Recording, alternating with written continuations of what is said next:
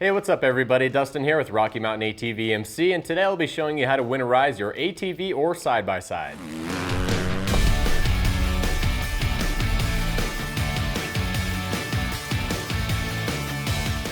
When winter hits and the snow starts to fly, a lot of us are going to be putting our ATVs and side-by-sides to work by installing a snow plow, plowing some snow, or we're just going to go rally around and practice our drifting skills.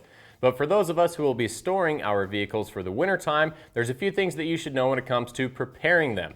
So today I'll be showing you how to prepare your ATV or side-by-side for those prolonged periods of time where it will be sitting in storage. So that way, when springtime comes around and you're ready to ride, you can pull your machine out of storage and it'll be ready to go.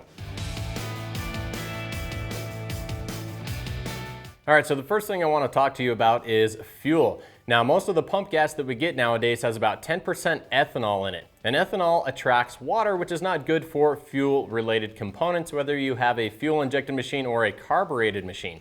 Now, after the fuel has had a chance to sit for a while, it's going to either varnish or it's going to go through a process which is called phase separation. Now, when this happens, the ethanol is actually going to separate itself from the fuel and then make its way to the bottom of your tank. And if your gas tank has any condensation taking place inside of it, it's going to attract that water along with it. Then when it comes time to pull your machine out of storage and you're ready to go ride, you're more than likely going to run into some issues. So to help you avoid all of that, you're going to want to treat your fuel with a fuel stabilizer. As you can see, we have plenty of options to choose from on our website, and they're all going to come with very detailed instructions that will show you how to properly treat your fuel. Now, once you get your fuel treated, you're going to want to run it through your machine. So start your machine, go rally it around for at least 5 minutes or more to ensure that the treated fuel has made its way through all of your fuel-related components. Now, for those of you out there that are running carburetors, after you've gotten the treated fuel through your system, you're going to want to turn your petcock off and then drain your carburetor's float bowl completely prior to storage. All right, so once you've got your fuel treated, the next thing I want to talk to you about is standard maintenance. Now, the first thing on my list is the air filter. Now, I don't know about you guys at home, but before I store my vehicles for a long period of time, I like to go ahead and just service the air filter or replace it with a new one. So that way, when I decide to pull it out of storage, my machine is ready to go. Now, while I'm in there servicing the air filter, I like to block off the inlet ports to the air box. So that way, I don't have little critters making nests inside. Now, if you decide to do that, be sure to leave yourself an indicator telling you that you have blocked those off to make sure that when you pull it out, you can get those removed before your next ride. All right, now the next thing on the list is antifreeze or coolant. Now, for a lot of you, you're probably okay to just go ahead and store your machine without replacing the coolant, so long as you have been keeping up with your machine's standard maintenance. Now, for most vehicles, when it comes to replacing the coolant, the recommendation is that you should be replacing it at about every 2 years.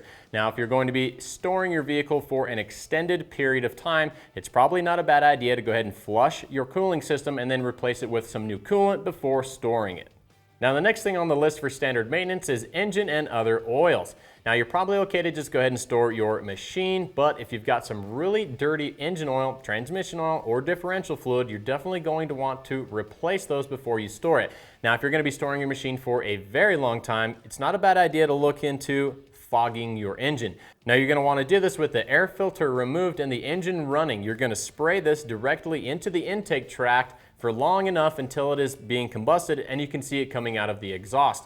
Now, what this is going to do is coat our internal components such as our piston, our cylinder, and our valves, like on 4-strokes, with a protective coating that will help to prevent rust and corrosion. Now, if you don't want to go the fogging oil route, you can do something else. You can pull out your spark plug, pour yourself a teaspoon of oil, and dump it inside of the spark plug hole, and then reinstall your spark plug, but do not install the spark plug cap as we don't want to actually start the engine. But then you're going to crank the engine over a few times, and this is again going to coat the internal components so that way we can also prevent rust and corrosion. Now, the next item on the list is CVT clutches. Now, CVT clutches are going to have an inlet and an outlet duct. Now, it's important that you plug these off before storage so that way you can prevent mice and other little critters from getting inside of there and creating a cozy little nest during the wintertime. Now, if you do decide to plug those off, be sure to leave yourself some sort of indicator that they are plugged off so that way when you pull it out of storage, you can get those removed before your next ride. All right, now the next item on our list is the battery. Now it's always good to pull the battery from the machine and place it onto a tender so that way you can keep it in a good state of charge. Now it's not a bad idea to install some quick disconnect leads, especially for those batteries that are very difficult to remove and install. This makes it really easy to keep your battery in a state of charge because you can just simply plug it into the tender. Now you'll want to keep your battery in a good state of charge so that way you're not having to replace it every riding season. Now if you'd like to know more about how to properly take care of your battery, be sure to check out our how-to video. So once you're done with your standard maintenance items, the next thing on the list would be your tires. Now if you have the means to do so, it's never a bad idea to elevate the machine so that way you can get the weight of the vehicle off of the tires. Now what this is going to do is prolong the life of your tires as well as help to prevent them from getting any flat spots, especially if the vehicle is going to be stored for an extended period of time.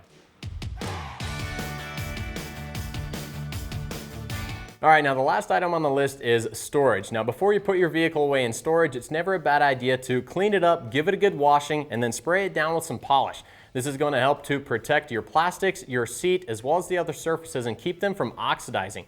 Now depending on where you're storing your vehicle, if you don't have a garage or a trailer, it's never a bad idea to get yourself a vehicle cover. Now, depending on your geographical location or what kind of winter you experience, you may want to look into getting a cover that has some ventilation to it, just so that way you're not trapping any moisture inside. And on top of that, the vehicle cover is going to protect it from snow, from the rain, and as well as the sun. And that's it. Properly preparing your ATV or UTV will definitely keep your machine in good shape until the next time you decide to ride. Now all these products and many more can be found on our website at RockyMountainATVMC.com, so be sure to check that out, and don't forget that all orders over $75 ship for free. Thanks for watching. I'm Dustin with Rocky Mountain, and keep the wrenches turning.